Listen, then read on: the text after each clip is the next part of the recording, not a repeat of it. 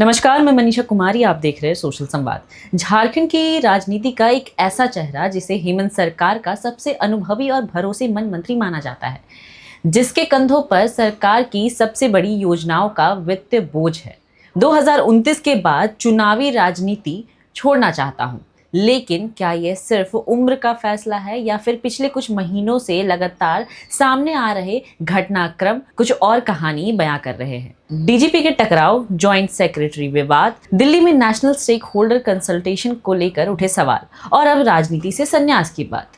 क्या ये सिर्फ अलग अलग घटनाएं हैं या किसी बड़े राजनीतिक बदलाव का संकेत? आइए पूरे टाइमलाइन, पूरे फैक्ट्स और पूरी राजनीतिक गणित को समझते हैं। हम आपको बता दें कि राधा कृष्ण किशोर क्यों है इतने महत्वपूर्ण। झारखंड सरकार में वित्त विभाग सिर्फ एक मंत्रालय नहीं बल्कि पूरे सरकार की आर्थिक रीढ़ माना जाता है। सरकार की हर योजना, हर बजट, हर विकास परियोजना और हर वित्त मंजूरी इस विभाग से होकर गुजरती है। इसलिए हेमंत सोरेन ने ये जिम्मेदारी राधा कृष्ण किशोर जैसे अनुभवी नेता को सौंपी। हम आपको बता दें कि आखिर मैया समान योजना और राधा कृष्ण किशोर की भूमिका क्या रही। हेमंत सरकार की सबसे बड़ी और सबसे चर्चित योजनाओं में से एक है मुख्यमंत्री मैया सम्मान योजना। इस योजनाओं के तहत लाखों महिलाओं को हर महीने आर्थिक सहायता दी जाती है, लेकिन इतनी बड़ी योजना चलाना आसान नहीं होता। इसलिए हर साल हजारों करोड़ रुपए की जरूरत पड़ती है। ये पैसा कहां से आएगा?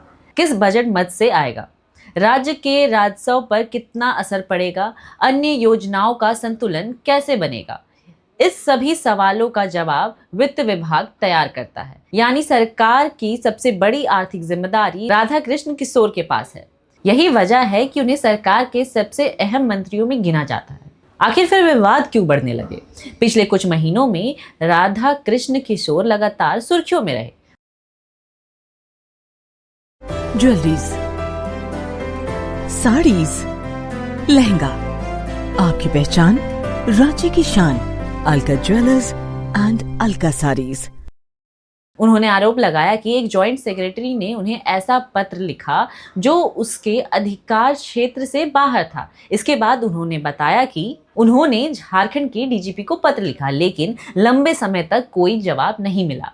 मीडिया से बातचीत में उन्होंने कहा, डीजीपी यूनिफॉर्म में है लेकिन कैबिनेट के ऊपर नहीं हो सकते। उन्होंने ये भी कहा, अगर कोई अधिकारी खुद को मंत्री से ऊपर समझने लगे तो यह लोकतांत्रिक व्यवस्था के अनुकूल नहीं है। आपको हम बता दें कि दिल्ली वाले घटनाक्रम को लेकर आखिर चर्चा क्यों हुई। इसी बीच दिल्ली में नेशनल स्टेक होल्डर कंसल्टेशन का आयोजन हुआ।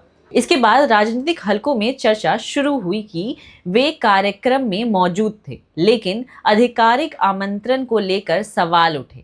यहीं से कई तरह की राजनीतिक चर्चाएं शुरू हो गई। कुछ लोगों ने पूछा, क्या ये सिर्फ प्रोटोकॉल की चूक थी?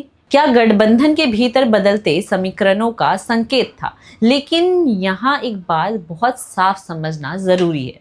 अब तक ऐसा कोई सार्वजनिक और पुष्ट प्रमाण सामने नहीं आया है जिससे ये कहा जा सके कि राधा कृष्ण किशोर अपनी पार्टी कांग्रेस या हेमंत सोरेन सरकार से असहज है।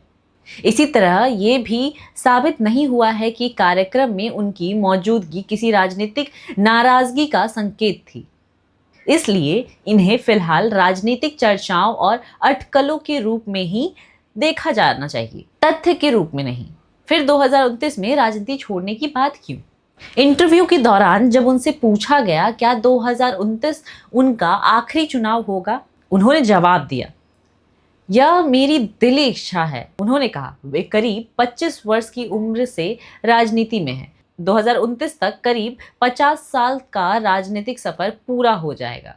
उम्र भी 75 से 76 वर्ष के आसपास होगी, इसलिए वे चुनावी राजनीति से अलग होना चाहते हैं। हालांकि उन्होंने ये भी कहा, अगर पार्टी चाहे और समाज की अपेक्षा हो तो परिस्थितियों के अनुसार फैसला लिया जाएगा। यानी उन्होंने अपनी इच्छा जरूर जाहिर की, लेकिन अंतिम फैसला भविष्य पर छोड़ दिया।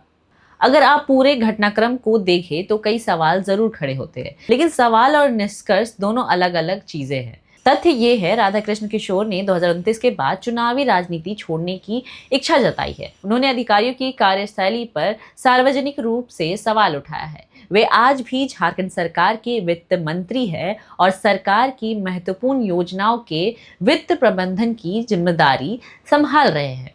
वहीं यह कहना कि वे अपनी पार्टी से नाराज है, गठबंधन से असहज है, ये सरकार से अलग थलग पड़ गया है। ऐसा कोई निष्कर्ष उपलब्ध सार्वजनिक तथ्यों से नहीं निकाला जा सकता। इन सवालों के जवाब आने वाले राजनीतिक घटनाक्रम ही देगा। तो आपको क्या लगता है, क्या ये सिर्फ एक वरिष्ठ नेता का स्वाभाविक फैसला है या झारखंड की राजनीति में किसी बड़े बदलाव की आहट? अपनी राय कमेंट में ज़रूर लिखें। अगर वीडियो पसंद आया है तो लाइक, कमेंट, शेयर ज़रूर करें। मैं मनीषा सहयोगी पंकज के साथ, धन्यवाद।